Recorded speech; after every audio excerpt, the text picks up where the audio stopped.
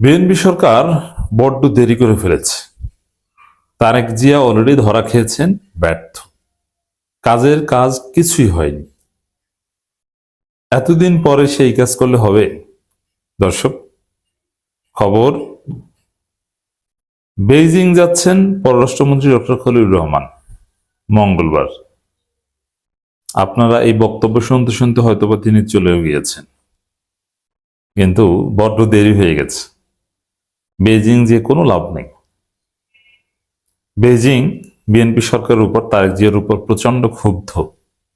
কারণ বেইজিং জানে যে তারেক জিয়া যে বন্দোবস্ত করে বাংলাদেশে ক্ষমতা এসেছেন, এটা পুরোপুরি শতভাগ বেইজিং এর ইন্টারেস্টের পরিপন্থী, বেইজিং এর ট্রেড অ্যান্ড কমার্স ইন্টারেস্টের পরিপন্থী, বেইজিং এর স্ট্র্যাটেজিক ইন্টারেস্টের পরিপন্থী। এই কারণে এই রমজানে আপনারা দেখেছেন যে চীনের কিছু দান অনুদান এটা ডাক্তার শফিকুর রহমানকে সাথে নিয়ে দেয়, বিএনপি সরকারকে গুনে না। তারপরও প্রথম হচ্ছে যে নির্বাচনের আগে যুক্তরাষ্ট্রের সাথে যে গোপন চুক্তির মাধ্যমে বিএনপি ক্ষমতা এসেছে, ওই গোপন চুক্তি পুরোটাই চীন বিরোধী চুক্তি। মূলত যুক্তরাষ্ট্র চীনকে কন্টেইন করার জন্যই ওই চুক্তি করেছে। এই চুক্তি করতে বাংলাদেশকে বাধ্য করেছে, ওই চুক্তির মাধ্যমে বাংলাদেশকে তাবেদার বানিয়ে রেখেছে। অতএব সেই চুক্তির কথা চীন ঠিকই জানে, তাদের ইন্টেলিজেন্স এটা জানে। তো সেখানে বিএনপি সরকারের উপর এমনিতেই প্রচন্ড ক্ষুব্ধ। আর বেইজিং যাচ্ছেন পররাষ্ট্রমন্ত্রী ডক্টর খলিলুর রহমান। যুক্তরাষ্ট্র গেছেন কয়েক দফায়, দিল্লি গেছেন, মরিশাস গেছেন, এরপরে এখন আসেন আপনি বেইজিং যেতে। এর মানে কি, আপনি দিল্লির কাছ থেকে অনুমতি নিয়ে, দিল্লির প্রেসক্রিপশন নিয়ে, দিল্লি যা লিখে দিয়েছে যে বেইজিং যেতে পারো, এটা যে এটা বলবা, এর চাইতে বেশি আলোচনা করবে না, তারপরে আপনি বেইজিং যাবেন। এত অপমান কি বেইজিং সহ্য করবে? হ্যাঁ, যুক্তরাষ্ট্র ভারতের সাথে গোপন চুক্তি করে ক্ষমতা এসেছে, কিন্তু প্রকাশ্যে প্রথম সফরটা যদি বেইজিং হতো খলিলুর রহমানের, তাহলে একটা কথা হতো যে না, একটা মেকআপ করতে চাই, একটা ব্যালেন্স করতে চাই, সবার আগে তো আমাদের কাছে আসলো। কিন্তু না, আমেরিকা দিল্লির কাছে অনেকবার ধরনা দিয়ে তাদের চিরকুট নিয়ে তারপর আপনি বেইজিং যাচ্ছেন। এই বেইজিং সফরের কোনো লাভ নেই। এখন বেইজিং এর দ্বারস্থ হতে বাংলাদেশ বাধ্য, কারণ পৃথিবীর যে অবস্থা, যুক্তরাষ্ট্রের সক্ষমতা অনেক কমে গিয়েছে। তাদের সে আগের সেই ডলার ইনফ্লুয়েন্সও থাকবে না, এবং ওয়ার্ল্ড ওয়াইড যুক্তরাষ্ট্রের ইউনিপোলার হেজিমনিও থাকবে না। অলরেডি যুক্তরাষ্ট্রের মিডল ইস্ট পলিসি ফেল করেছে। যুদ্ধ যদি এসকালেট করে তাতেও তারা ফেল করেছে, আর যুদ্ধ যদি এখানেই থেমে যায়, প্রণালী কেন্দ্রিক এখনো যেটা চলছে, তাতে কার্যত যুক্তরাষ্ট্র ধরা খেয়েছে। মধ্যপ্রাচ্যে যুক্তরাষ্ট্রের যে ঘাঁটিগুলো ছিল, এগুলো ইরান কিন্তু একদম তছনছ করে দিয়েছে, একটা ঘাঁটিও ব্যবহারযোগ্য না। এবং দুবাই, কাতার, সৌদি আরব, তাদের এক একটা বিরাট বিরাট তেল শোধনাগার হারিয়ে তারা মজা বুঝছে যে ইরানের সাথে চালাকি করার ফল কি। তাদের আব্বা যুক্তরাষ্ট্র তাদেরকে রক্ষা করতে পারেনি, ব্যাপক ক্ষয়ক্ষতির মুখে পড়েছে মধ্যপ্রাচ্যে যুক্তরাষ্ট্রের তাবেদার রাষ্ট্রগুলো। বাংলাদেশের মতো দেশ, তারা যদি সুন্দরভাবে বাঁচতে চায়, তাদের বিদ্যুৎ উৎপাদন যদি কন্টিনিউ করতে চায়, তাদের গ্যাসের সরবরাহ যদি স্বাভাবিক রাখতে চায়, তাহলে চীনের দ্বারস্থ হওয়াটা বাধ্যতামূলক। দেখেন, চীন একটা রাষ্ট্র যারা টাকা দেয়, তাদের বন্ধু রাষ্ট্রকে পয়সা দেয়, লোন দেয়, তেল দেয়, গ্যাস দেয়, কিন্তু তারা কখনো হার্ড পাওয়ার দেয় না, তারা ইন্টেলিজেন্স সাপোর্ট দেয়। এরকম কোনো এক্সাম্পল নাই যে চীন তার বন্ধু রাষ্ট্রের জন্য মিলিটারি সাপোর্ট দিয়েছে, সরাসরি যুদ্ধে নেমেছে। চীন কিন্তু যুদ্ধ করে না, তারা টাকা দিয়ে ব্যবসা বাণিজ্য দিয়ে খেলে, অত্যন্ত ঠান্ডা মাথা। প্রয়োজনে পরাজয় ভাব নেয়, কিন্তু হার্ড পাওয়ার ইউজ করে না। কারণ চীন যখন হার্ড পাওয়ার ব্যবহার করবে, তখন একদম যুক্তরাষ্ট্র গিলে খাবে। তাদের সমস্ত হার্ড পাওয়ার গুলো একিউমুলেট আছে। এই দেখেন, ইরানের সাথে এত বড় ঘটনা, চীন ইরানকে ইন্টেলিজেন্স সাপোর্ট দিয়েছে, অনেক প্রযুক্তিও দিয়েছে, বাট সরাসরি কিন্তু যুদ্ধে জড়ায়নি। যুক্তরাষ্ট্রের মতো হরহামেশা যুদ্ধে চীন জড়ায় না। কিন্তু চীন যেটা করে তার মিত্রদেরকে পয়সা দেয়। এখন বাংলাদেশের যেহেতু পয়সার সংকট, টাকা সংকট, এ কারণে চীনের দ্বারস্থ হতে বাংলাদেশ বাধ্য। কিন্তু চীন কেন বাংলাদেশকে বিশ্বাস করবে? চীন একটু বিশ্বাস করে না বিএনপি সরকারকে, সামান্য আস্থা নেই। বিএনপি একুল উকুল সব হারলো। দেখেন যে ভারতকে খুশি করতে, আমেরিকাকে খুশি করতে তাদের কাছে ধরনা দিয়ে এত দেরিতে বেইজিং যাচ্ছে। এর আগে বিএনপির একটা প্রতিনিধি দল, তারপরে মির্জা ফখরুল চীনে গেছেন, কিন্তু এই সফর ব্যর্থ হয়েছে, কোনো লাভ হয়নি। চীন বিএনপি সরকারকে সামান্য আস্থা রাখতে পারছে না, এক বিন্দু পরিমাণ আস্থা নেই। এবং দিল্লি আওয়ামী লীগ বিষয়ে যে আচরণ চেয়েছিল বিএনপি সরকারের কাছ থেকে, তার কিছুই করেনি বিএনপি সরকার, বরং পুরো উল্টো করেছে। আওয়ামী লীগ এবং ভারত বিএনপি সরকারকে এখন আর বিশ্বাস করে না। আওয়ামী লীগ মোটেও বিশ্বাস করে না, ওদিকে চীন বিশ্বাস করে না।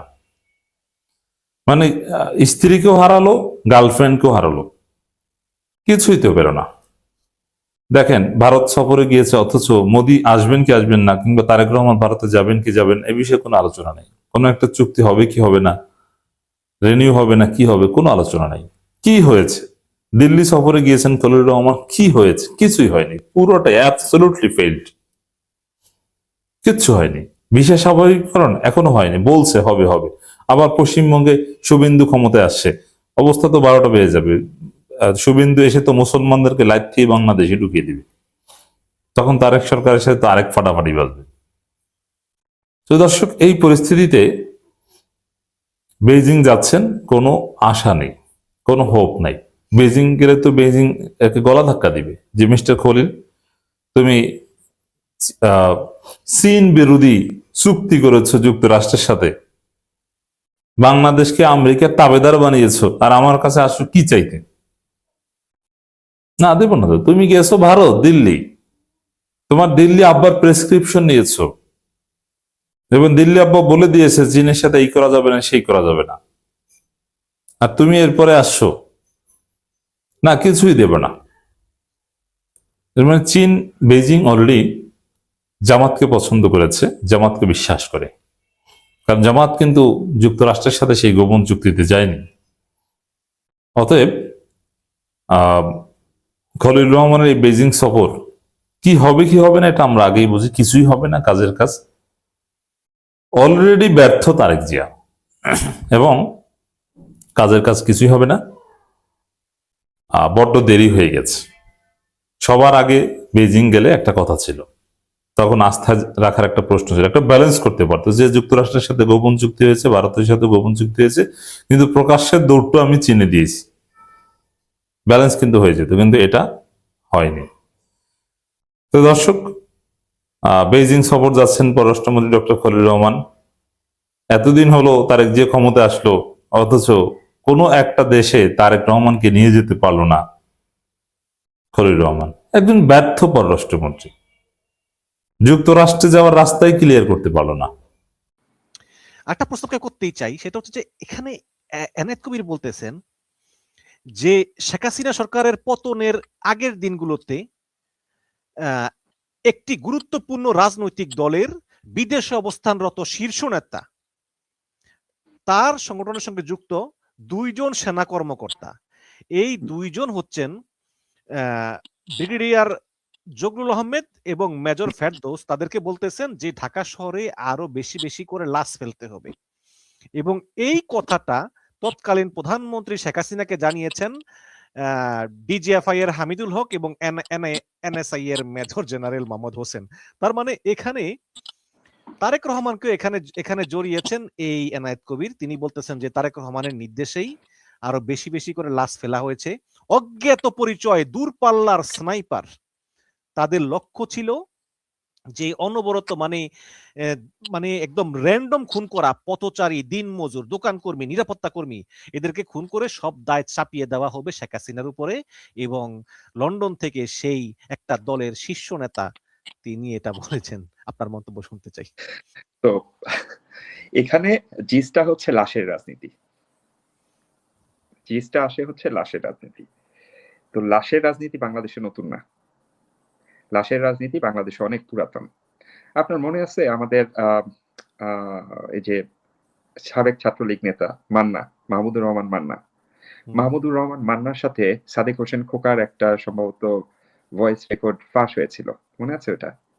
যে লাশ ফেলতে হবে ইউনিভার্সিটিতে লাশ ফেলতে হবে সাদেক হোসেন খোকার সাথে বা গয়েশচন্দ্র রায়ের সাথে, এরকম কারো একজনের সাথে প্রকাশ হয়।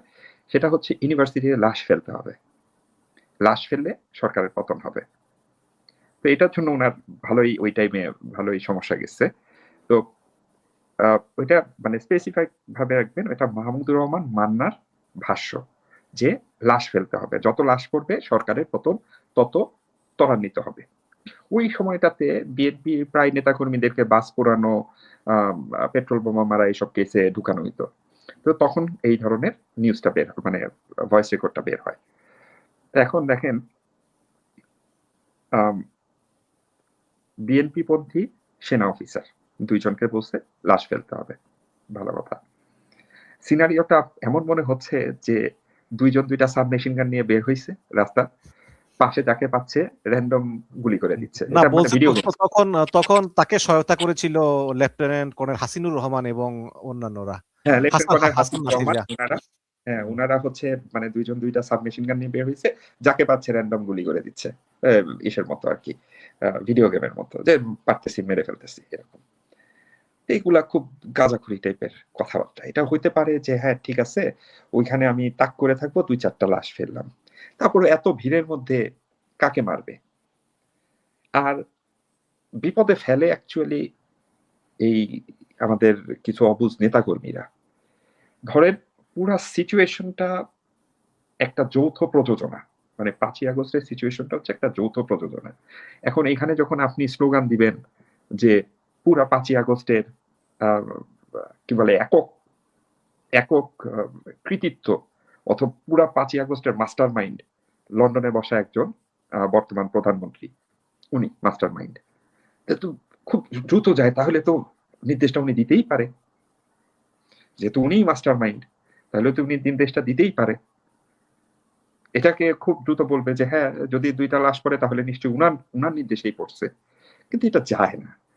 এই ধরনের লেভেল থেকে এই ধরনের কথা আসে না কখনো, এই ধরনের লেভেল থেকে এই ধরনের কথা আসে না। আর বিশেষ করে হচ্ছে সাবেক সেনা অফিসাররা যারা ওই রাওয়া বেসড অথবা যারা বাইরে এসে প্রতিবাদ করছিলেন, তাদের যে ধরনের ক্রেডিবিলিটি, তাদের সাথে এই ধরনের কর্মকাণ্ডগুলো যায় না। আর ওই টাইমে পুলিশ থেকে শুরু করে পুলিশের যে নেটওয়ার্ক, তারা এমন ভাবে বিস্তৃত হয়েছিল যে এই ধরনের কর্মকাণ্ডগুলো ঘটানো ওই সময় সম্ভব ছিল না। আর সবকিছু তো অন রেকর্ড আছে, ভিডিও রেকর্ড গুলো আছে। আমার মনে হয় এনায়েত কবির সাহেবরা মানুষের মুখের ভাষ্যগুলা নিচ্ছে, কিন্তু তারা ভিডিও গুলা দেখছে না। আর উনারা যাদের কাছ থেকে তথ্যগুলা নিচ্ছে সেটা হচ্ছে যে ধরেন আমি একজন সাবেক মেজর জেনারেল, আমার যে কয়টা এন্টি পার্টি আছে আমি তাদেরকে ভাষায় কয়েকটা গল্প বানিয়ে দিচ্ছি যে আরে হেমায়েতুদ্দিন মিশন তো এই কাজটা করছে, ও তো এই কাজটা করছে, ও তো এই কাজটা করছে, ব্যাস উনারা ওইটার উপরে র্যান্ডম লিখে ফেলতেছে। যাকে যাকে যাকে এই পুরা গল্পের মাধ্যমে কয়েকটা মানুষকে হিরো বানানো, কয়েকটা মানুষকে ভিলেন বানানো, যেই মানুষগুলাকে বিশ্বাস করা যাবে না। এখন ধরেন সাবেক বিরোধী দলের বা জাতীয়তাবাদী দলের শীর্ষ নেতা, সে বলছে। এখন এখানে তো দুই চারটা আওয়ামী লীগের বা এই পন্থী ভারতপন্থী বলেন আর যে ধরনের লেখক বলেন, তারা তো বলবে হ্যাঁ সে তো FBI এর ওয়ান্টেড ছিল, সে তো ইন্টারপোলের ওয়ান্টেড ছিল, সে 5ই আগস্ট এই কি বলে 21শে আগস্ট বোমা মারছে, সে এটা করছে ওইটা করছে, তার মানে সে এই কাজটা করতেই পারে। এখন দেখেন যখন এলাকার মধ্যে কোনো ক্রাইম হয় তখন পুলিশ কাদেরকে ধরে আনে? যারা আগে ক্রাইম করতো।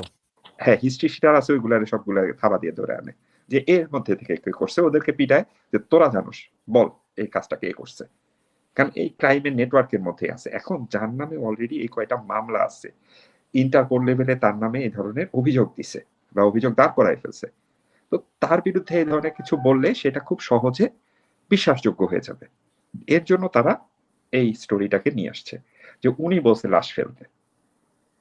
উনি লাশ ফেলতে বলছে নাকি অন্য কোনো এজেন্সি লাশ ফেলতে বলছে, ধরেন লাশ ফেলছে, কেউ না কেউ লাশ ফেলছে, ধরার জন্য ধরে নিলাম, তাহলে তো অন্য কোনো এজেন্সিও বলতে পারে সেটা।